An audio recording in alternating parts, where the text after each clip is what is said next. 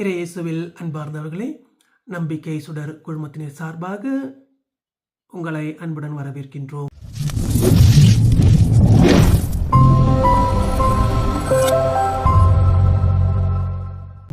இன்று பொது காலத்தின் 4ஆம் ஞாயிறு. இன்றைய விவிலிய வாசகங்கள் நமக்கு ஒரு அற்புதமான செய்தியை கொடுக்கின்றது.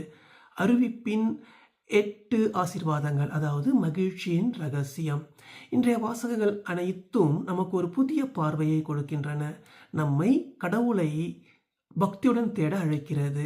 இறைவாக்கினர் முதல் வாகத்தில் சொல்கிறார், பூமியில் உள்ள ஏழைகள் எல்லோரும் ஆண்டவரை தேடுங்கள். இது வல்லமை படைத்தவர்களுக்கோ அறிஞர்களுக்கோ அல்ல, மாறாக எளிய இதயம் கொண்ட அனைவரும் தன்னுடைய தேவையை கடவுளிடம் ஒப்புக்கொள்ளும் நமக்காகத்தான். புனித பவுல் கொரிந்தியருக்கு எழுதிய முதல் கடிதத்திலே சொல்லுகிறார், கடவுள் உலகம் பார்த்து பேதை என நினைக்கும் விஷயங்களை தேர்ந்தெடுத்து அறிஞர்களை விழுங்குவார். உண்மையான ஞானம் பட்டங்கள் அல்லது செல்வத்தில் இல்லை, மாறாக கடவுளிடம் நம்பிக்கை வைத்து பக்தியுடன் வாழும் எளிமையில் தான் உள்ளது. நமக்கு இன்று ஒரு கேள்வி, நாமும் கடவுள் முன் ஏழைகள் என்று ஒப்புக்கொள்கிறோமா, அல்லது நம் வலிமை, வெற்றி, சாதனைகளில் தான் நம்பிக்கை வைத்திருக்கிறோமா? இரண்டாவதாக, இந்த அறிவிப்பின் 8 ஆசீர்வாதங்கள் கிறிஸ்துவ மகிழ்ச்சியின் அடையாளமாக இருக்கின்றது. இன்றைய நற்செய்தியிலே இயேசு மலையில் ஏறி அறிவிப்பின் 8 ஆசிகளை அறிவிக்கின்றார். ஏழை எளிய மனதோர் பேறு பெற்றவர்கள், விண்ணரசு அவர்களுடையதே. இது வெறும் அறிவுரை அல்ல, கிறிஸ்துவனின் அடையாள அட்டையாக இருக்கின்றது. இயேசு உலகின் அளவுகோல்களை தலைகீழாக மாட்டுகின்றார்.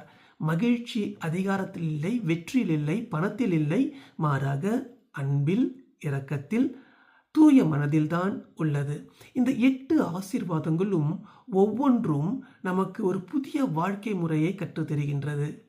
எளிய மனதோர் விண்ணரசை பெறுவார்கள், துன்புறுவோர் ஆறுதல் பெறுவார்கள், மென்மையானோர் பூமியை சுதந்திரமாக பெறுவார்கள், நீதி பசியுள்ளோர் திருப்தி அடைவார்கள், இரக்கமுடையோர் இரக்கம் பெறுவர், தூய மனதோர் கடவுளை காண்பார்கள், அமைதியை விரும்புவோர், அமைதியை உருவாக்குவோர் கடவுளின் பிள்ளைகள் என அழைக்கப்படுவார்கள், நீதிக்காக துன்புறுவோர் விண்ணரசை பெறுவார்கள். இவை அடைய முடியாத கனவுகள் அல்ல, கடவுளின் பிள்ளைகளாக வாழ்வதற்கு நடைமுறை வழிகள். மூன்றாவதாக, இன்றைய வாழ்வில் இந்த 8 ஆசீர்வாதங்களை கொண்டு எப்படி வாழ்வது? இந்த 8 ஆசீர்வாதங்கள் வெறும் வார்த்தைகள் மட்டுமல்ல, நமது அன்றாட வாழ்வில் சவால் விடும் அழைப்புகள். இவற்றை நான் எப்படி வாழலாம்? எளிய மனதுடன் இருப்பது, எல்லாம் கடவுளின் கொடை என உணர்ந்து நன்றியுடன் வாழ்வது, மென்மையாக இருப்பது, கோபத்திற்கு கூட இனிமையால் பதிலளிப்பது, வன்முறைக்கு அன்பால் பதிலளிப்பது, நீதியின் பால் பசி, சிறிய முடிவுகளிலிருந்து தொடங்கி உலகை நீதியான இடமாக மாற்ற முயல்வது, இரக்கம், நம்மை புண்படுத்தியவர்களுக்கு மன்னிப்பது, தூய மனம், எல்லாவற்றிலும் கடவுளை தேடுவது, எந்த தவறான நோக்கமும் இல்லாமல், அமைதியை உருவாக்குவது, சுவர்களுக்கு பதில் பாலங்களை கட்டுவது, சண்டைக்கு பதில் உரையாடலை உருவாக்குவது. இந்த சவால்களில் உங்களுக்கு எந்த சவால், எந்த ஆசீர்வாதம் மிகுந்த சவாலாக இருக்கிறது என்பதை கமெண்ட்ல சொல்லுங்க. முடிவாக, கடவுளில் இருந்து வரும் மகிழ்ச்சி.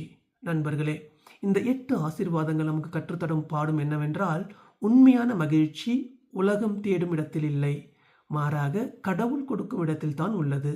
இயேசு பிரச்சனை இல்லாத வாழ்க்கையை வாக்குறுதி செய்யவில்லை, ஆனால் அன்பிலும் நம்பிக்கையிலும் இருந்து வரும் ஆழமான மகிழ்ச்சியை தான் வாக்குறுதியாக தந்திருக்கின்றார். இதை உணர்ந்து இறைவனிடம் ஜெபிப்போம். எங்கள் அன்பு தெய்வமே இயேசுவே, உண்மையான மகிழ்ச்சியின் ரகசியத்தை எங்களுக்கு வெளிப்படுத்தியதற்காக உமக்கு நன்றி செலுத்துகின்றோம்.